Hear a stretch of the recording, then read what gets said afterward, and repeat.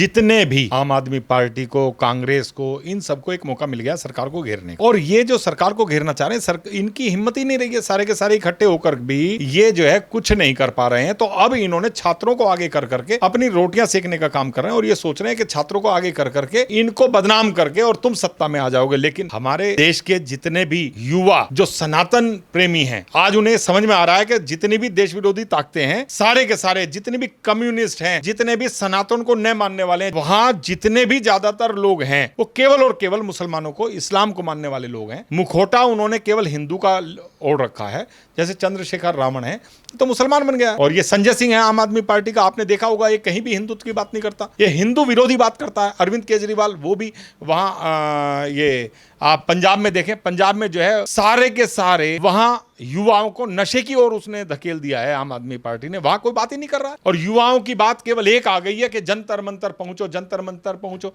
भाई एक बात बताओ, भाई मोदी को गाली देने का काम क्यों, कारण क्या है? सरकार, उनके सवाल मोदी से पूछा जाएगा ना। सरकार है, पूछा जाएगा। पहले पेपर लीक नहीं हुए क्या? पहले जितने पेपर लीक हुए अभी तो कोई मतलब ही नहीं है। संसद को घेरने का मतलब क्या है? जितने भी विरोधी हैं सारे के सारे एक सुर में इकट्ठा होकर के केवल और केवल मोदी को मारेंगे। अरे मोदी को मारने से तुम्हारे बच्चे जो है सुरक्षित थोड़ी हो जाएंगे। आज सनातन की बात करने वाले जितने भी लोग हैं, ये जितने भी चाहे वो चंद्रशेखर हो, चाहे वो आम आदमी पार्टी हो, चाहे वो कांग्रेसी हो, ये सारे के सारे सनातन विरोधी हैं। अखिलेश यादव ने तो सपा ने तो आपने देखा था ना कार सेवकों पर किस तरीके से चलवाई थी उस, और वो खुलकर कह रहा है कि हम तो ये जितने भी राम मंदिर बनवाने गए थे कार सेवकों पर हमने गोली चलाई है, हमने मारे। तो वो जितने भी लोग हैं जो सनातन के विरोधी हैं वो सारे के सारे आज जंतर मंतर पर हैं। इनको चिन्हित करके इनको ठीक करने का काम सभी हिंदुत्ववादी योद्धाओं को करना चाहिए। और मैं तो ये कह रहा हूं सारे के सारे जितने भी हिंदुत्ववादी योद्धा हैं इकट्ठे होकर के, क्योंकि हम हिंदू रक्षा दल के काफी कार्यकर्ता पदाधिकारी वहां गए थे, उन्होंने वहां संघर्ष करने का काम किया। लेकिन आज एक ही साथ जितनी भी विरोधी पार्टी हैं वो सारी की सारी इकट्ठा होकर के जंतर मंतर पर ताकत लगा रही हैं कि इस देश को, भारत को पूरी तरीके से ताकत के साथ बदनाम कर देना चाहिए। और वो बदनाम करने का काम कर रहे हैं। लेकिन पता नहीं हिंदुत्ववादी योद्धा कहाँ हैं। जैसे हमारे सभी पदाधिकारी और कार्यकर्ता वहां गए, अगर उन्हीं के साथ हजारों की संख्या में वहां पहुंचे जितने भी हिंदुत्ववादी हैं, मैं एक आह्वान करता हूं और आह्वान करने के बाद वहां सारे हिंदुत्ववादी योद्धा पहुंचे और जितने भी वहां देश विरोधी ताकतों को मजबूत करने का काम कर रहे हैं उन सबको पीछे लाल करने का काम सारे हिंदुत्ववादी योद्धा करें। हमारे देश में इस तरीके की ताकतें बढ़नी नहीं चाहिए।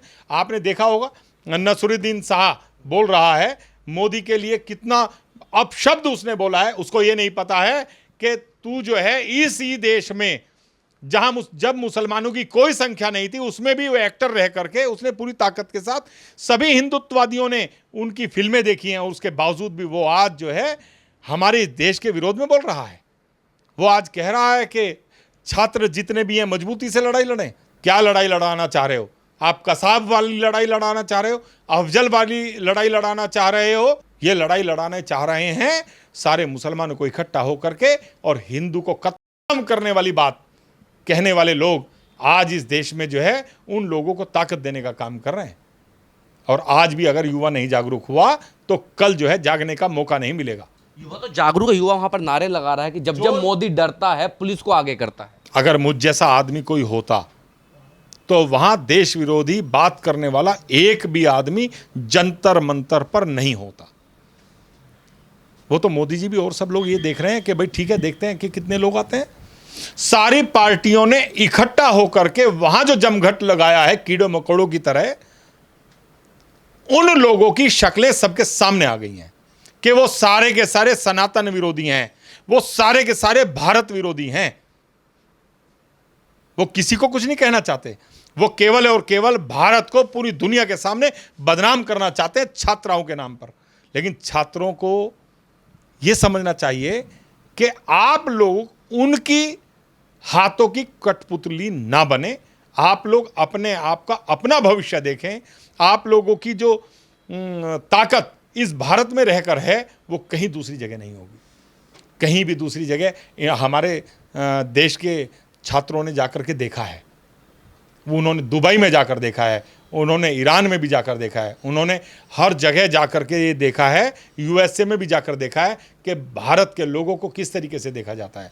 उसके बावजूद भी ये विदेशों के हाथों की कठपुतली बनकर यहाँ हमारे देश में जितने भी देश विरोधी पार्टियां चलाने वाले लोग हैं, उनके हाथों की कठपुतली बनकर हमारे देश को का जो नाम बदनाम करने का काम कर रहे हैं, इनको आगे आने वाले समय में बहुत मोटा नुकसान भुगतना होगा।